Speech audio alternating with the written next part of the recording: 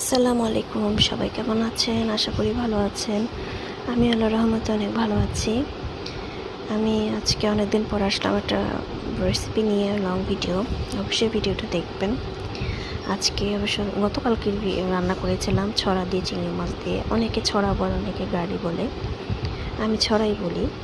প্রথমে আমি তেলের মধ্যে পেঁয়াজ আর চিংড়ি মাছ ভেজে নিয়েছি। তারপরে রসুন বাটা, হলুদ মরিচের গুঁড়া দিয়ে দিলাম।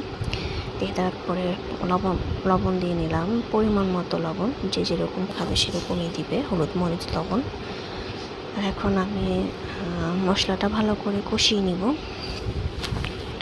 মশলাটা ভালো করে কষানোর জন্য একটু পানি দিয়ে নিলাম। পানি দিয়ে মশলাটা কষিয়ে নিব ভালো করে। এখন যে ছড়াগুলো দিয়ে নিলাম। এখন নতুন ছড়াগুলো নতুন আসছে, বাজারে নতুন উঠছে, তো ছড়াগুলো আসলে অনেকে ভাপ দিয়ে নেয় যাতে গলা না চুলকায়। আমি ভাপটা দিই না, কারণ গলা ধরে না। এখন তো নতুন ছড়াগুলো কোনো কিছু হবে না আর কি, খেলে গলা চুলকাবে না। অনেকে ছড়াটা ভাপ দিয়ে পানিটা ফেলে তারপর রান্না করি না। এখন একটু পানি দিয়ে ছড়াটা একটু কষিয়ে নিয়েছিলাম মশলার সাথে।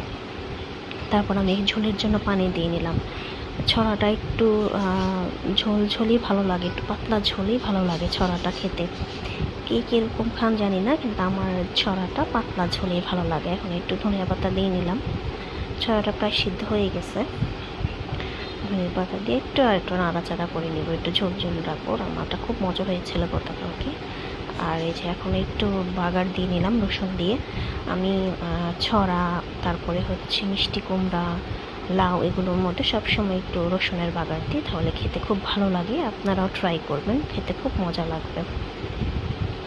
আমি যে এখন ছড়াটা বাগার দিয়ে দিলাম, আর একটু এখন নাড়াচাড়া দিয়ে নামিয়ে ফেলবো। খুব মজা। আপনারা কীভাবে রান্না করেন অবশ্যই জানাবেন, আর আমার রান্নাটা কেমন হলো সেটাও অবশ্যই জানাবেন। রেসিপি ভালো লাগলে অবশ্যই লাইক, কমেন্ট, শেয়ার করবেন।